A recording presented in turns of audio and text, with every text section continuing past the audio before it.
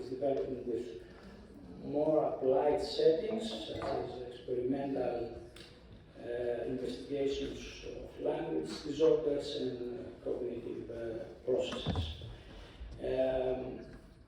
Over the last 15 years, we have undertaken several research projects in line with two main research strands, that is language and cognitive development and the interplay between them. Most of our studies include cross-sectional data, and some of them longitudinal. It is important here, I think, to note that the vast majority of the language and cognitive tasks used in the following studies have been developed from scratch for the purposes of these studies. We constructed and used several tasks addressing aspects of language and cognition. During the last 10 or more years, we developed and tested a series of standardized scales and measures assessing language and cognitive functioning. On the screen, you see 3 standardized scales for evaluation of language functioning during pre- and school-aged children, a measure for metalinguistic awareness, and 3 checklists for identifying language and communication impairments.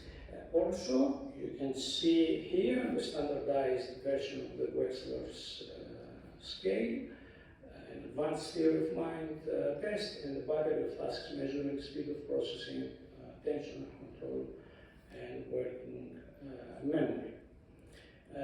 Labs research in the language field is related to 4 projects and groups of collaboration. The first 2 projects concern language learning disorders. The next 2 have to do with second language learners and bilingualism. With respect to the field of intelligence, we delved into 4 closely interconnected projects.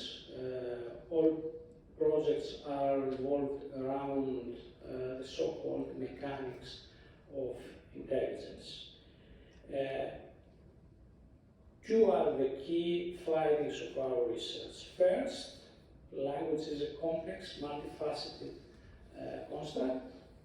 Any single factor explanation of difficulties related to language is inadequate to explain the typical language. Second, development of fluid recognition is based on the dynamic interaction of elementary cognitive processes like cognizance, speed of processing, attentional control, and working memory.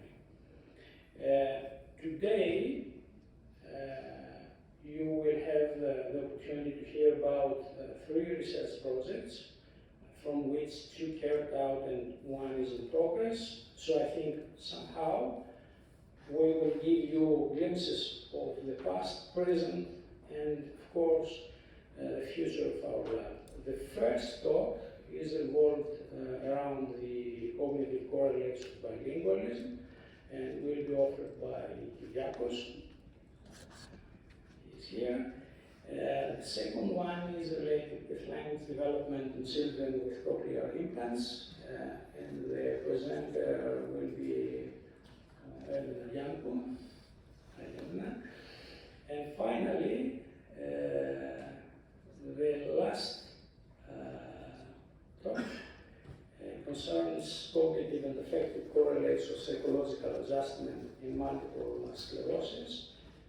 Here the presenter is the doctoral student Maria Rizzo.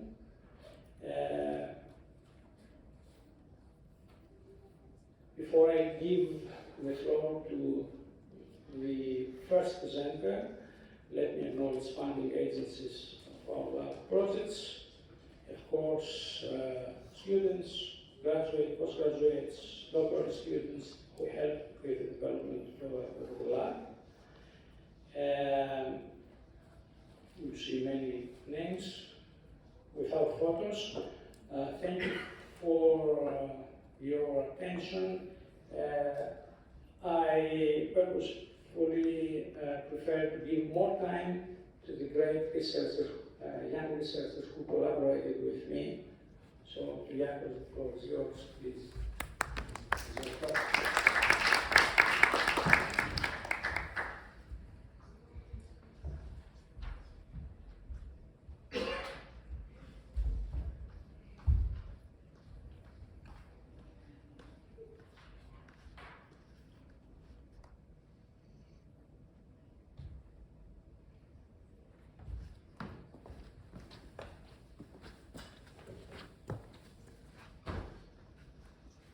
Right, so before I start, I would like to thank Professor Spanoudis and Professor Papadopoulos, and of course the Center for Applied Neuroscience for organizing this symposium and for inviting me to present our work here. So I was a postdoc in Professor Spanoudis' lab a few years ago, and it's always a pleasure to be back here. Right, so in this talk, I will present parts of the work which we conducted in collaboration with Professor Spanoudis when I was a postdoc in his lab a few years ago here at the Center for Applied Neuroscience. And the overall goal of this research was to examine how speaking more than one language, that is bilingualism, or how speaking two different dialects of the same language, that is bidialectalism, affect aspects of linguistic and cognitive processing in young adults. Now, just to mention that this work is part of a broader research program that aims to examine, aims for a more holistic understanding of bilingualism and bidialectalism by examining their effects throughout development, as in children, young and older adults. Secondly, in disorders, as for example in the autism spectrum disorder, and also at both the cognitive and the brain level. However, for the purposes of this talk, I will focus only on the work that focused on young adults and also used only cognitive measures.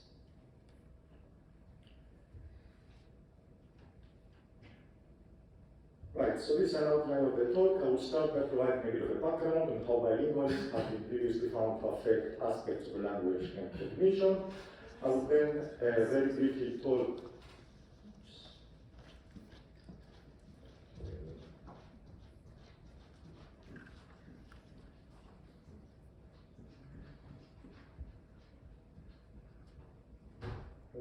it's not working.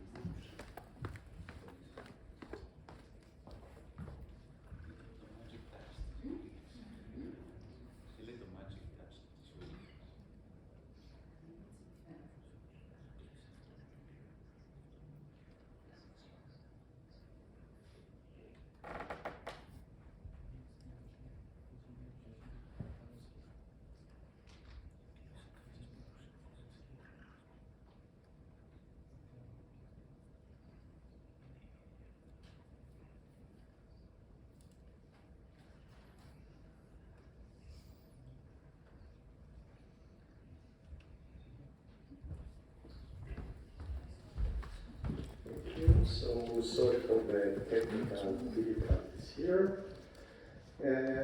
Right, so this is an outline of the talk. I will start by very briefly by providing a bit of a background on how bilingualism has been previously found to affect aspects of language and cognition. I will then very briefly talk about a specific communicative skill in which we are interested in this research, that is, comprehension. I will then present our own experimental work, and finally I will close the talk by very briefly summarizing our findings and concluding. So in general, previous studies have provided some evidence that bilingualism affects various aspects of language and cognition. In this very brief introduction, I will consider two aspects of this influence that were of particular relevance to our own work, namely how bilingualism has been previously found to affect vocabulary and executive control. So starting with language first, starting with vocabulary more specifically, studies that have compared vocabulary proficiency in bilinguals and monolinguals have typically reported smaller vocabularies for bilinguals when each of their two languages is considered separately.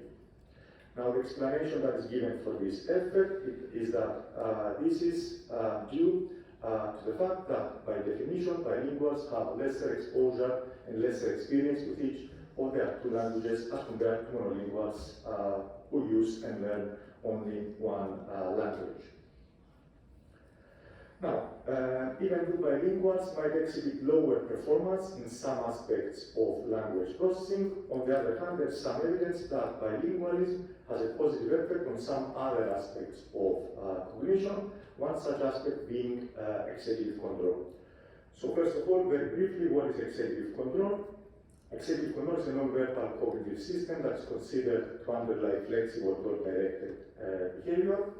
And according to an influential model proposed by Miyagi and colleagues, the executive control system includes three main cognitive processes. That is, firstly, task switching, which is the ability to flexibly switch from one task to another. Secondly, working memory, which is roughly the ability to simultaneously maintain and manipulate information in mind. And thirdly, inhibition, which is the ability to inhibit irrelevant information or dominant or automatic responses. So where we studies that compare bilinguals and monolinguals in tasks which are considered to tap into these executive control skills, reported superior bilingual performance, and this led some researchers to propose the idea that bilingualism enhances executive control skills. Now the explanation that is given for this bilingual cognitive advantage in executive control is that bilinguals exhibit this cognitive benefit because of the everyday experience that they have in using the executive control system so that to manage their different languages in the mind and brain.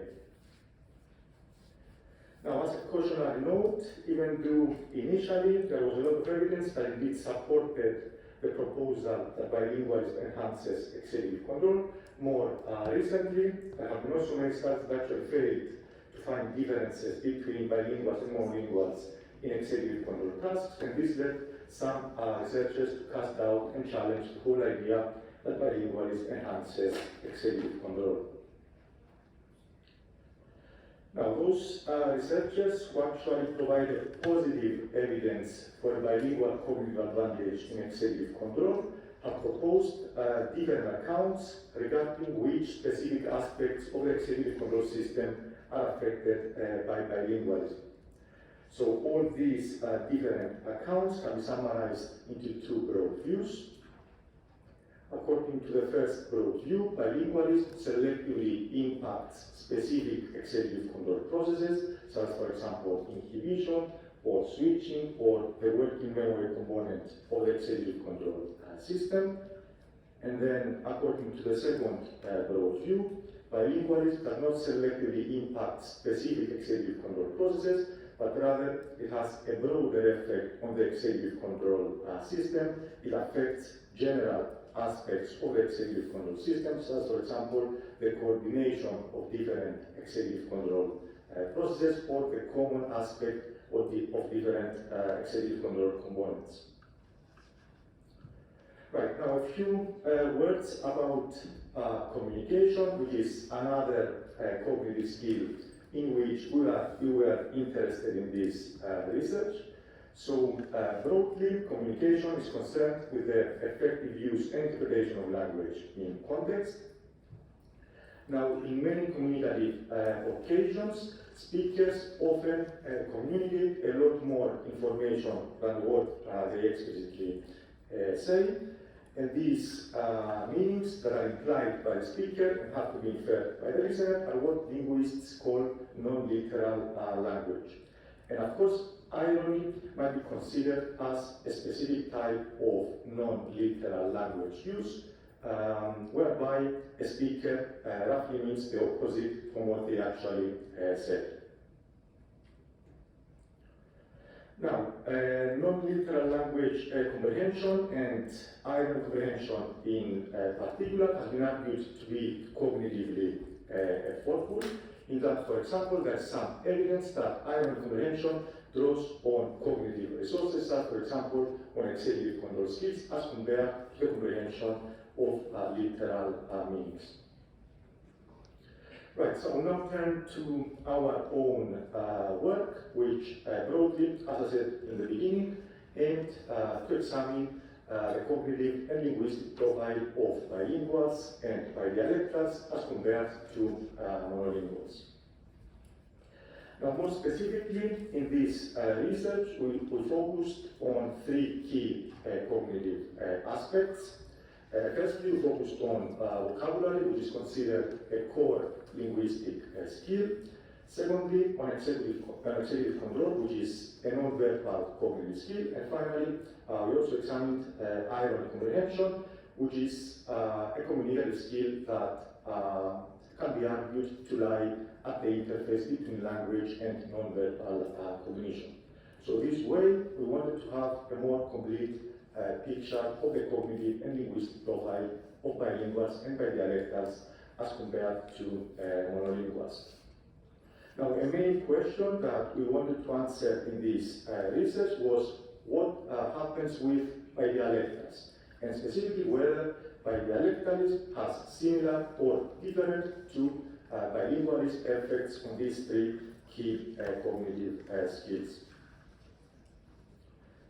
Now, from a theoretical perspective, in terms of executive control, we also wanted to test between the two broad views on the specific locus of a potential bilingual cognitive advantage. So remember that according to the first broad view, bilingualism selectively impacts specific executive control processes, and then according to the second broad view, bilingualism has a broader effect on the whole executive control system. Now, before I move on to the method of our study, a few words about the linguistic situation itself. So I'm sure that most, if not all of us, are familiar with the Cypriot context, but a few words about the linguistic situation itself for those who might not be familiar with the Cypriot context. So in general, the sociolinguistic situation in Cyprus is described as one of diglossia, meaning that all native Greek Cypriots typically learn and speak in their everyday life two different dialects of the same language. So first, in Cyprus, we speak Cypriot Greek, which is natively and naturalistically acquired, and it's also used for everyday oral communication. And secondly, we also speak Standard Modern Greek, which is the official language of Cyprus. It is learned mainly through formal education. It is used in all forms of writing, in official and formal situations. It is the language of the media, and it is also the language spoken by Hellenic Greeks in Greece. Now, as part of this research, we recruited three different groups of young adults, that is 50 multilinguals, 79 bidialectals who spoke Cypriot Greek and Standard Modern Greek, and finally 52 monolinguals who were Hellenic Greeks and spoke only Standard Modern Greek. All participants were tested in a large battery of tasks. For executive control specifically, they were given 3 working memory tests, 2 tests for inhibition and 2 tests for switching. They were also given a vocabulary proficiency test that examined their vocabulary skills in Standard Modern Greek. And finally, all participants were also tested in an irony comprehension task. Now, in the irony comprehension task, there were 3 different meaning conditions. That is, an ironic condition where the speaker roughly meant the opposite from what they actually said, and then two literal control conditions where the speakers meant exactly what they explicitly and literally said. And in the irony comprehension test, we recorded both the accuracy and the reaction times of responses. Now, all participants were tested in two different sessions, and in the second session, we also recorded their brain responses using the event-related potentials technique while they performed three executive control tasks. However, in this talk, I won't report on the brain measures. Okay, I will skip this.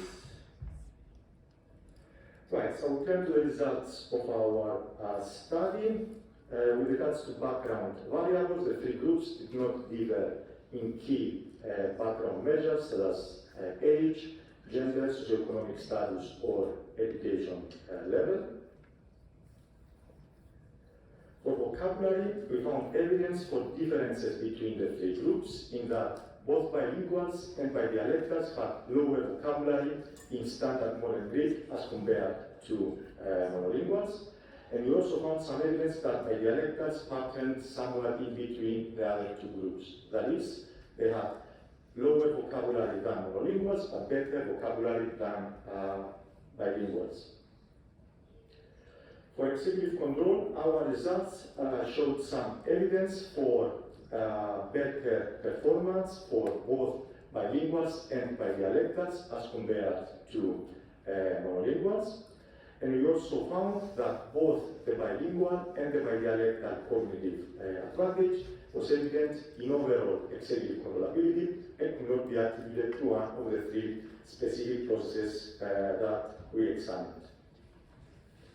And finally, for irony, we found some evidence that irony comprehension was more difficult as compared to the comprehension of literal meanings, in that participants were less accurate and also slower in the critical ironic condition as compared to the two literal control condition. However, in terms of group differences, we didn't find any evidence for differences between bilinguals, bidialectals, and monolinguals in either the accuracy or the speed of comprehending irony.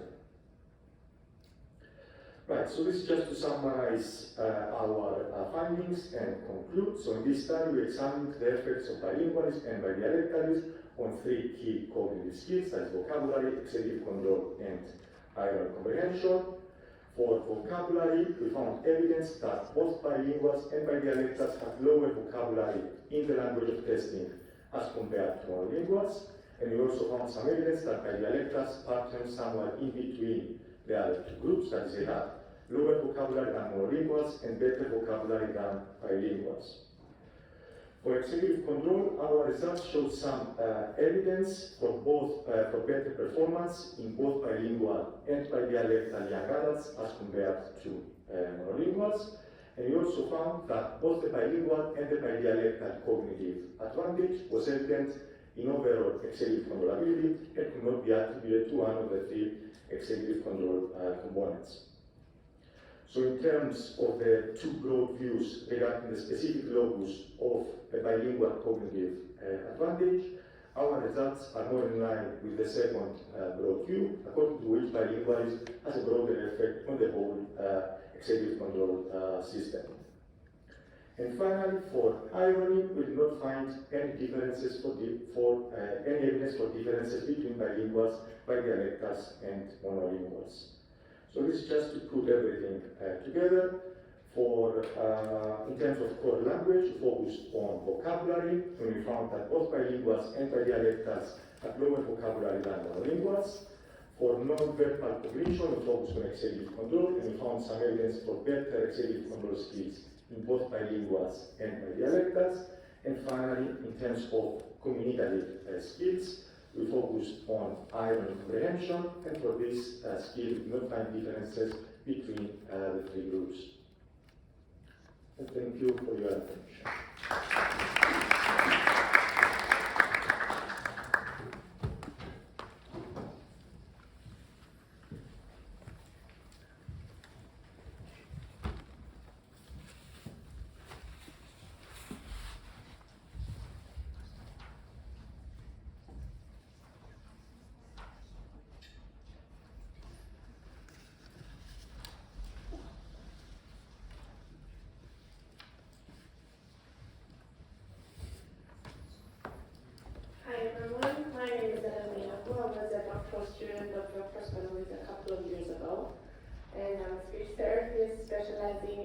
children with cochlear implants. So my PhD was on language development on children with cochlear implants, on deaf children with cochlear implants. Specifically, I looked at the definite article acquisition or emergence rather than acquisition, and their morphosyntactic development using MLUM, the mean length of utterance in morphemes, which is a language index, language development index, looking at the use of morphemes by these children. So in Cyprus we have about 1 out of 1,000 births per year, the children are born deaf. Even though it's a small number for a country like Cyprus, even though Cyprus is small, this percentage is big for Cyprus. So it is important to have research on these children to see how they develop. In the past, the main mode of communication for children like this was sign language. And even though there were hearing aids available, the processing of sound by hearing aids used at the time was not as sophisticated as it is now, so they did not have clear access to sound. Therefore, language development was not possible. Presently, we have two types of amplification devices that are based on the degree of hearing loss. So we have the cochlear implants, which are used for children that are born deaf with that have profound hearing loss or severe to profound hearing loss, and hearing aids with much improved processors from the past, which are used for children with mild, moderate, and severe hearing loss. We also have a group of parents who are deaf themselves and do not choose cochlear implants for their children or hearing aids, so because they're part of the deaf culture, so they opt for sign language. Here you can see the cochlear implant on the left side of the screen. This is the electrode that's implanted into the cochlea. This is the microchip that processes the information given by the electrode to travel up to the brain. And this is the implant receiver that is placed between the skin and the skull. And then there's the external processor that the child wears so that they can actually have access to sound and process the sound. This is a hearing aid. No surgery is needed to use it, so they wear it in their ear. We have ear mold that goes into the ear, and this is the processing device of the hearing aid. And we have the volume wheel that adjusts the volume and so forth. So far from the literature, we know that if you have no audition, then we have no spoken language. Access to poor sound quality does not translate into oral language development. And the reason for this is that if you have poor access to sound, then you have poor phonological development, which leads to poor vocabulary acquisition, which ultimately leads to poor syntactical development. Therefore, putting these three aspects together, we have receptive and expressive language delays. Literature shows that implantation in children older than 12 months of age shows that they have deficient working memory, they lack in syntax, they have poor comprehension, they take longer to process something that's auditory. Prolonged CI use, cochlear implant use does not mitigate the gap, it does not make it any better. There is critical sensitive period of language acquisition due to their late implantation.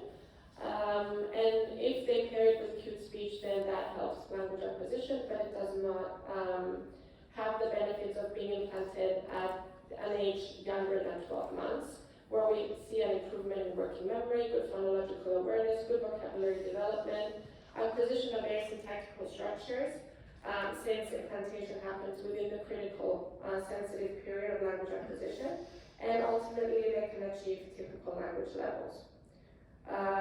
If this is paired with sign language in children that are implanted younger than 12 months of age, then that actually hinders oral language development.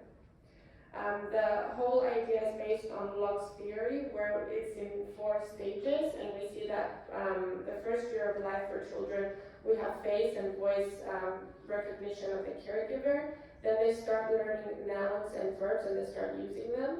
At the age of about 2.5 and 3, we start with the syntactic development and grammatical constructs, use of grammatical constructs. Then we go to the acquisition of more abstract meanings and drawing conclusions. And then we have the completion of language acquisition in the form of adult use. Researching in the Greek language for cochlear implanted children is scarce, and it's even more scarce for Cypriot Greek children. Most research on deaf children in Greece focused on speech recognition, working memory, vocabulary development. And in Cyprus, most studies examine language acquisition, mainly on SLI and autism. They don't really look at deaf children, which is why this study was important, because it offers preliminary results and an indication of what deaf children can do at the early stages of development if implanted early.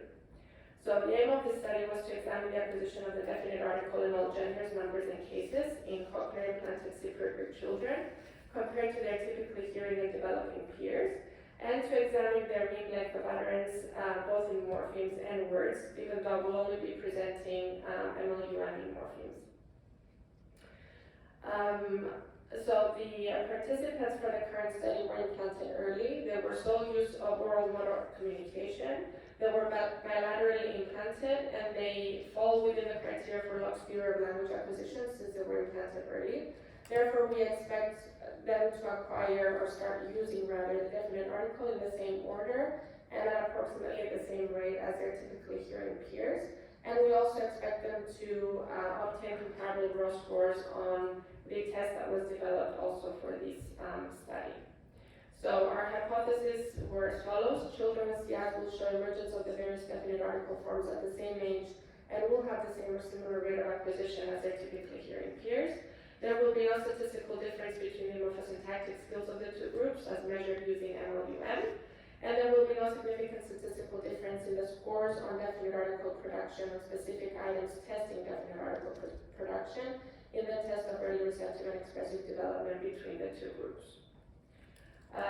Very quickly, the eligibility criteria. We wanted the typically hearing children to be 2 years of age, to have had more than 45 words of expressive vocabulary, and to have had no other diagnoses or disabilities.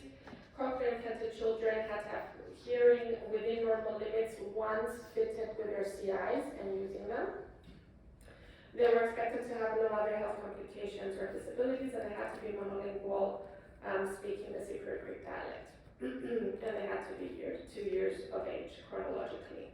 And implanted at the age of 12 to 15 months old in at least one of the years. You see the table here. We had only 4 cochlear implanted children at the time of the study. That's because there were no other cochlear implanted children meeting the eligibility criteria at the time of the study. This is for the typically developing children. And very quickly, the methodology, it was comprised of 3 parts. We had a language sampling session where language sample was collected to see the use of the definite article and to have a reading of the MLUM at the end. We had a structured session where, through the use of a script, we also recorded the use of the definite article in all forms, meaning all genders, numbers, and cases. And then we had a session where we administered the test of early receptive and expressive language, or TEREL. The language sampling session lasted for 30 minutes. It was collected every 6 months, starting at the age of 2, for 2.5 years. We had 3 bags. One was with a book, and then the 2 other bags were with toys. So we would present each bag to the children for 10 minutes. They would play with the toys, they would comment on the book, and then we would put them away and present the next bag. These are the various forms of the definite article in all genders and cases and numbers. This is the book that was used for the language sampling session, but also for the structured session.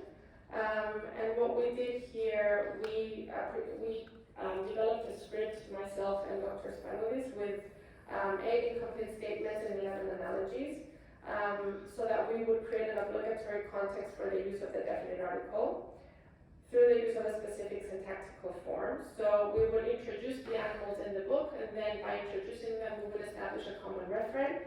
So then when the child was asked to name that animal through the sentence given, they had to use a definite article. So for example, should I say this in Greek? Does everyone speak Greek? Yes? Okay. So ανοίγει τα χέρια ο πίθηκος, πετά, and they had to say η πεταλούδα, and η πεταλούδα was an obligatory context for the use of the definite article in the feminine gender, nominative case, and singular. So I will skip the next part. And then the second part of the structured session was the farm set, which was a Playmobil playset. And the same thing was used again where a common referent was established by introducing the animals and then asking the child to name the animals through different analogies and sentences used. Terrell was inspired by the preschool language scale 5 and also the Hawaii Early Learning Profile and the Cross-Linguistic Study of Language Acquisition Volume 4 were used to create our own test based on the Greek language and the Greek Cypriot dialect. It utilizes both pictures and manipulatives, and it evaluates basic concepts, temporal concepts, phonological awareness, auditory working memory, analogies, comprehension of wine, hypothetical questions, use of the definite article in all genders, numbers, and cases, and inferencing, and comprehension of mental verbs. Here I'm giving just an example of drawing conclusions or inferencing, basically. So we ask the child, we say, Anita made a card for her mom. How did Anita make the card? And the child needs to point to this picture where we have the paint and the brush. The receptive language was 39 items. The expressive language was comprised of 43 items. Let's see, what else is important to tell you? A preliminary normative sample of 231 children were participated in the study. Ages 2.5 through 6 years old. We recruited them from all major cities and villages. And let's go to the results. For the definite article emergence, we used the mixed linear models to examine whether they emerged at the same age and at the same rate. And we used 4 models, one to detect the random and fixed effects, the second one to examine how much of the variability in the results is accounted for by time. The third model was used to examine how much of the remaining variability in the results is accounted for by the children's hearing status, so if deafness made a difference or not. And the fourth model was used to examine how much fluctuation there was in each time point's intercept between groups by keeping random effects constant. The results, do CI children show emergence of the and use of the definite article at the same age and follow similar rates in the increase of correct occurrences of each definite article? Yes, and how do we conclude that? From the linear relationship between time and number of correct definite article occurrences, and the positive growth in all children shown by the direction of growth trajectories. Here we see that time is important in all definite article forms. We did notice an interesting phenomenon, or in the rate of growth. The rate of direction differed at the same time points for CI children and typically hearing children. So we see here that for CI children, the rate of growth was increasing steeply at this between 3 and 4, time points 3 and 4, and for the same time points, the rate of growth for typically hearing children was actually slightly decreasing. So this happened in quite a few of the definite article forms, and we thought it was quite interesting to see. This could be justified from the fact that children are implanted later, so they do achieve the same growth as their typically hearing peers, but at a slightly later time. Okay, so the first cases to emerge were nominative and accusative. The last case to emerge was genitive for both groups. There were no significant differences in the MOUM development for both groups. And as far as the psychometrics of the Terrell analysis, we looked at item reliability, item separation. I will not go into the definitions of these for the sake of time. And our analysis showed that our test is quite sensitive to recognizing children that do have a language delay, and actually showing the and having items that will recognize that language delay and indicate it. Time is up. So yes, these are the results. And just one last slide, Mr. Papadopoulos, if you allow me. The Pearson's chi-square test was run on both groups' raw scores for the Terrell and the totals on definite article use, revealing no significant difference between the CI children's performance and typically developing children's performance. So this confirms our hypothesis that CI children, typically hearing children's raw scores on Terrell, do not differ significantly, and it also confirms that they begin using the definite article at the same age and at the same order as their typically hearing peers. I should note here that this was a very small sample, so future studies need to be done with bigger samples to validate the results of this study. Thank you very much.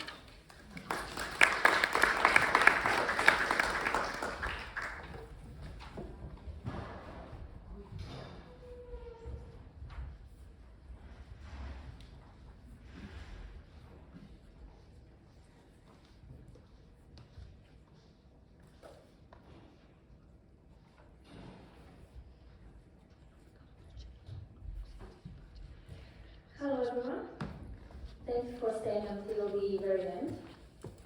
My name is Maria and I'm doing my PhD in clinical psychology with Dr. Spanoudis. And I will present you today some preliminary findings from my thesis. We are still at the very early stage of data collection, so for today I will provide some numerical data concerning the cognitive and affective correlates of psychological adjustment in multiple sclerosis. Multiple sclerosis is a chronic inflammatory disease that affects the central nervous system. It basically causes inflammation and lesions in the brain and spine. The CNS is responsible for regulating our bodily dysfunctions, our body functions, and for processing sensory information.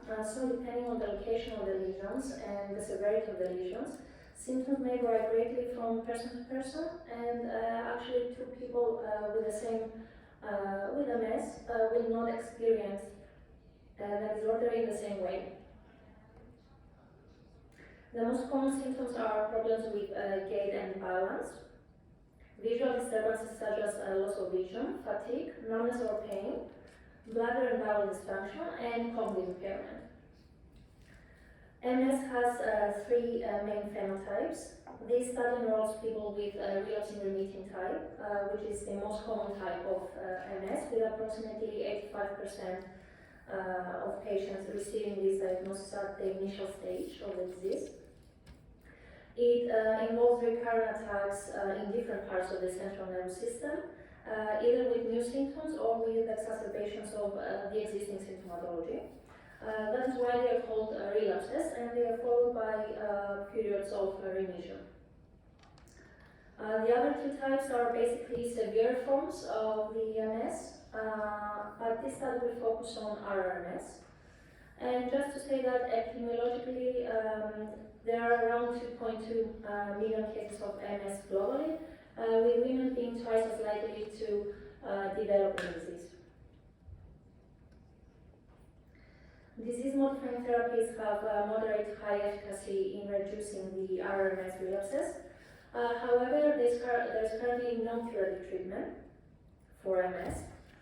Previous studies showed that MS patients experience significantly lower levels of health-related quality of life compared to the general population, partly because of cognitive impairment and sometimes depression.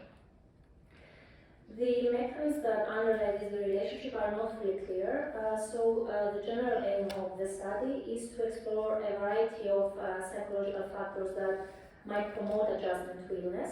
But at the moment, as I said earlier, we are still collecting data, so for the purpose of this presentation, we will just describe the sample, we characterize the sample, and depression will be examined as a mediating variable between cognitive functioning and quality of life.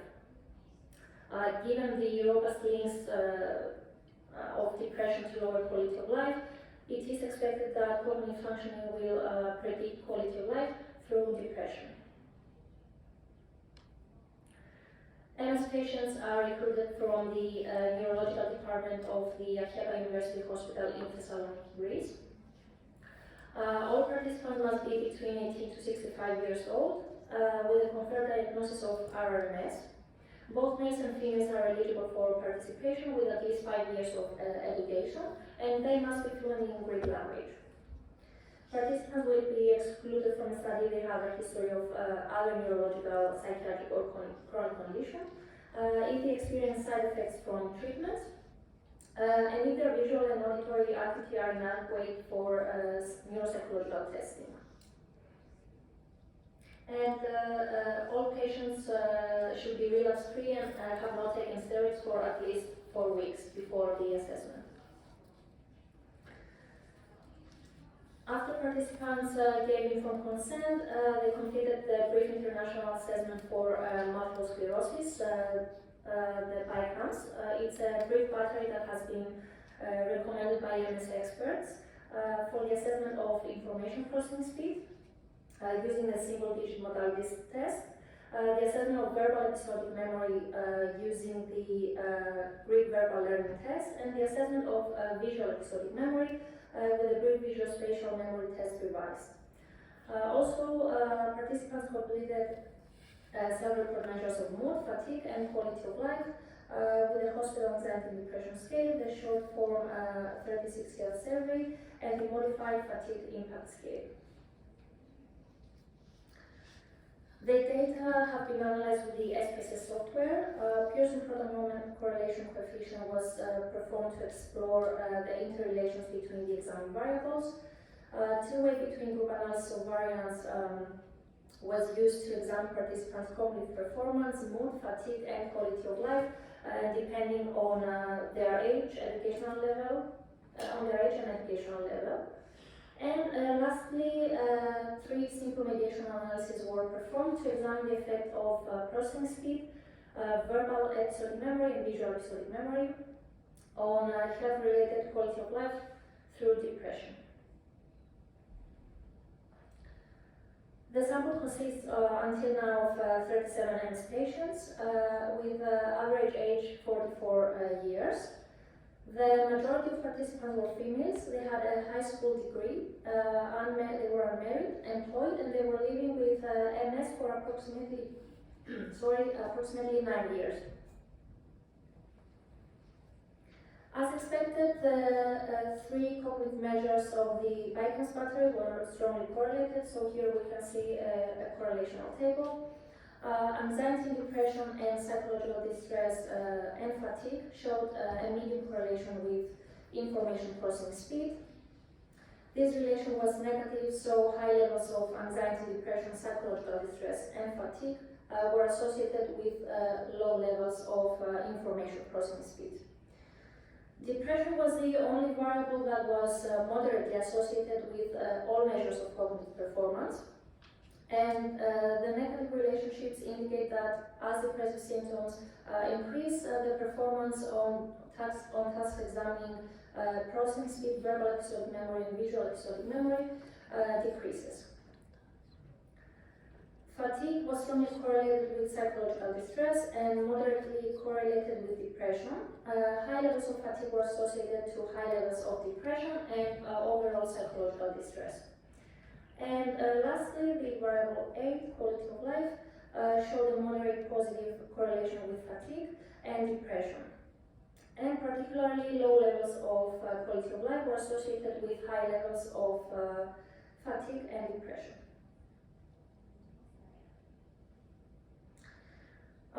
This is a table with the means and standard deviations on the hospital and anxiety and depression scale and the scores of the patients.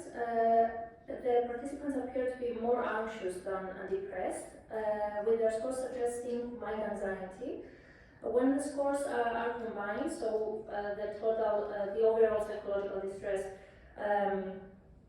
variable seems that patients were experiencing moderate psychological distress, with the cutoff scores being between 11 to 14, whereas scores equal and greater to 15 are indicative of severe distress. The participants' total score was 14.51. So they scored relatively high on the hospital anxiety and depression scale. This table shows the recent standard deviations of participant scores on the single-digit test. So their scores on processing speed, and the mean score of the total sample was 41.59. Highlighted are all the mean scores of the patients that scored at least 1.5 standard deviations below the mean, and this is represented by 89% of the sample. So a lot of people from this sample had some deficits in processing speed. As you can see, the scores are separated based on participants' age and educational level, and the results show that participant scores on this scale did not differ in terms of their age and educational level.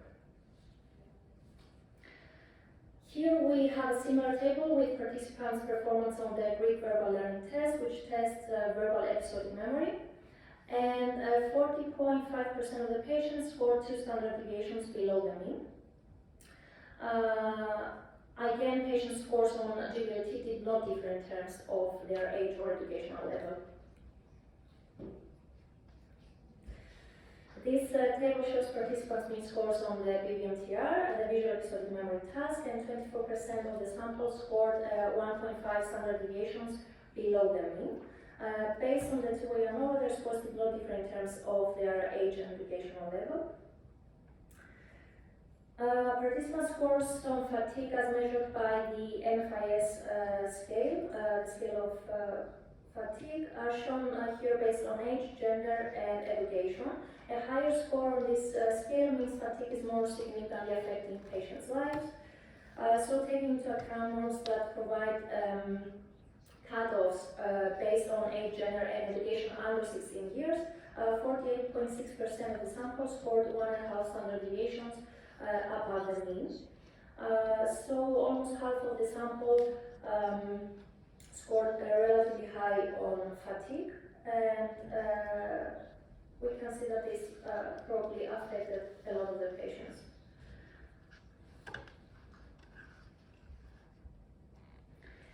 Here we see participants' perceived quality of life as measured by the SF-36 self-report scale. The scores can range between 0 and 100, with higher scores indicating higher quality of life. Based on the suggested cutoff, 40.5% of the MS patients experience lower health-related quality of life than the general population. And the final analysis consisted, as I said before, of 3 simple mediational models with 3 predictors. The cognitive measures, actually, the processing speed, the visual episodic memory, and the verbal episodic memory of the bypass battery. Depression was entered as a mediator, and health-related quality of life as the outcome in all 3 models. The models with the 2 types of episodic memory were not statistically significant, and I report the indirect effects for the GBLT and the BVMTR. It's important to mention, though, that in a small sample like this one, it's possible to have moderate correlations that do not reach statistical significance. So the results will have to be confirmed with a larger sample. However, as shown in the diagram, when processing speed was entered as a predictor, we can see from the path A that processing speed was actually significantly predicting depression. The fact that P is negative shows that as processing speed declines, depression increases, and vice versa. When depression was not in the model, processing speed did not predict quality of life. So the direct effect, the path C, was not significant. This is some interesting findings, since when depression was entered in the model, there was significant indirect effect, which is the most important finding in a mediational model. And depression was found to mediate the relationship between processing speed and health-related quality of life. So even though processing speed did not predict quality of life directly, the link appears to exist at least partly because of depression. Of course, we cannot talk about causality here, but this finding, as I report, has had a large effect size, which is probably the reason why it was able to be detected in such a small sample at the first place. So to sum up, this negation model showed that when processing speed was decreasing, levels of depression were increasing, and health-related quality of life was decreasing. Just some conclusions. Okay, so some final conclusions. Consistent with the previous findings, processing speed is most frequently impaired in MS patients, followed by deficits in verbal and visual episodic memory. Also, similar to other studies, MS patients experience high levels of psychological distress and fatigue. Objective cognitive functioning might predict quality of life via depressive symptoms. Thus, we need to further clarify this relationship using a bigger sample. As discussed earlier, there is no curative treatment for MS, so it is important to understand the complex process of psychological adjustment in this population. And it is important to investigate also other well and eating indicators that will provide more insight in terms of this relationship. And this type of research may lead clinicians to provide specific focused interventions targeted to improve mood and quality of life. Lastly, to thank my academic supervisor, Dr. Spanoudis, for the constant support, and the two neurologists that help with the patient referrals, basically. Thank you very much for listening.